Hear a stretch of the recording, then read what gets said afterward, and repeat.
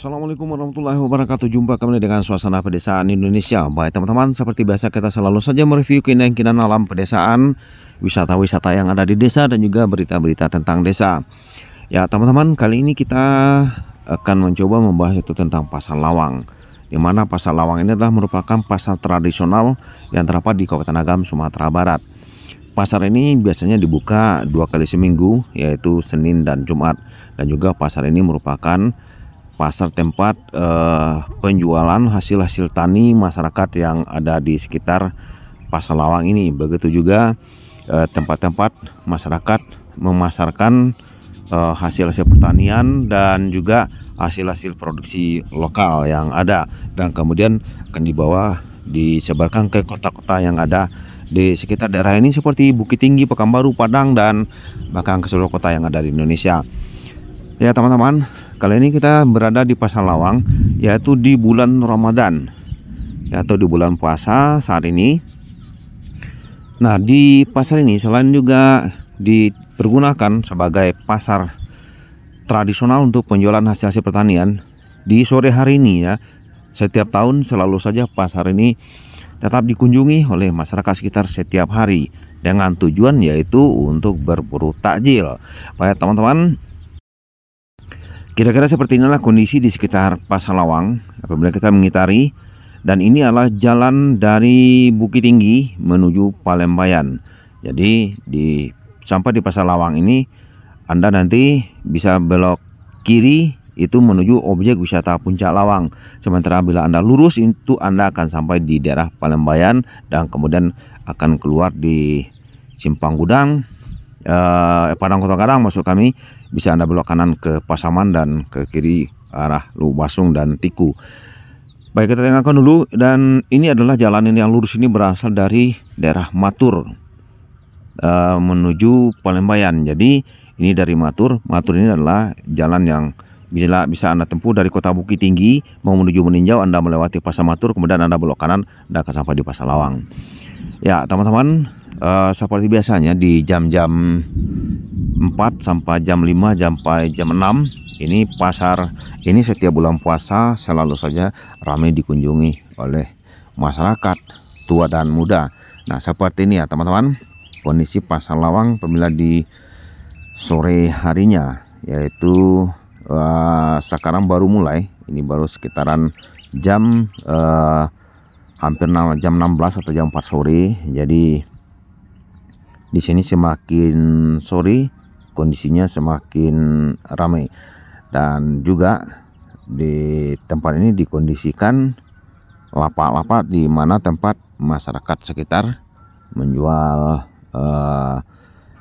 takjil ataupun kalau di daerah Sumatera Barat disebut itu pabukuan. Jadi lebih akrabnya disebut dengan pasar pabukuan. Jadi Pasar Lawang ini disulap sedemikian rupa di setiap bulan puasa di sore harinya itu menjadi pasar pabukuan atau tempat membeli perbukaan ya, seperti ini teman-teman. Semakin sore semakin ramai pengunjungnya, dan di sini juga untuk kendaraan roda 2, 4 tidak boleh masuk ke area tersebut, sengaja dibatasi oleh petugas ya, petugas pasar. Jadi di sini lapaknya kiri dan kanan sengaja dibuatkan lapak bagi masyarakat yang akan menjual bahan-bahan buka puasa seperti minuman, makanan, dan juga hasil-hasil home industry ya, seperti kemudian juga kolak labu, kemudian cendol, juga es rumput laut, es pepaya, pokoknya semua minuman segar yang disediakan di pasar pabukuan atau Pasar Lawang Tigo Balai di sore hari ini. Ya teman-teman, barangkali seluruh masyarakat ataupun para perantau mungkin dengan mengingat Pasar Lawang mungkin mengingatkan sesuatu atau mengingatkan Anda kepada sesuatu kenangan. Ya, karena di daerah di sini beberapa buah desa ini adalah pasar satu-satunya. Jadi ini pasar tempatnya berkumpul masyarakat di beberapa desa di sekitar Kecamatan Matur, bahkan juga Kecamatan Palembayan. Jadi di sini wajar saja kalau masyarakat di sekitaran beberapa desa saling mengenal, karena di sini mereka selalu bertemu, berkumpul di saat melakukan baik itu transaksi jual beli hasil pertanian. Jadi pada umumnya masyarakat yang berada di sekitar Pasar Lawang ini terdiri dari beberapa desa, bahkan puluhan desa, mereka saling mengenal. Jadi itulah mungkin salah satu di para tetua kita dulunya diciptakan pasar tradisional.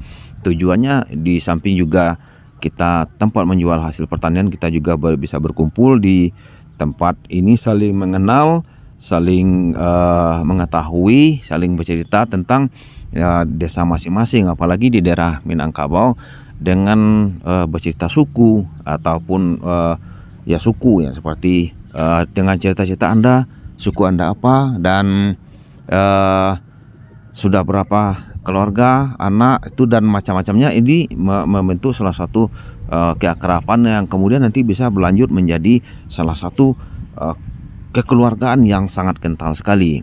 Jadi mungkin dengan satu suku atau sapa sukuan dengan istilah Minang itu bisa sekali menciptakan suatu kekeluargaan yang luar biasa. Baik teman-teman, nah seperti inilah kira-kira kondisi di sore hari ini. Semakin sore semakin banyak pengunjung yang hadir di Pasar Lawang ini untuk mendapatkan takjil atau pabukuan.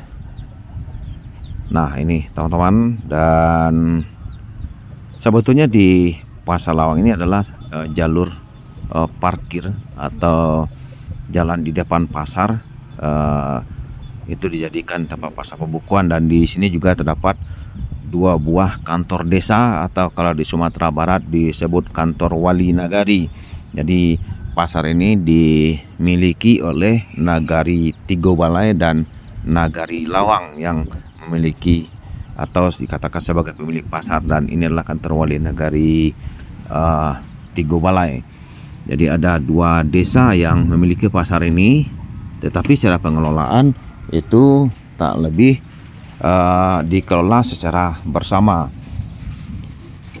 Ya kita seperti kita sampaikan di awalnya tadi, kalau kita bercerita dengan Pasar Lawang, ya seperti inilah desa ataupun daerah di sekitar Pasar Lawang ini pada umumnya ditanami tebu.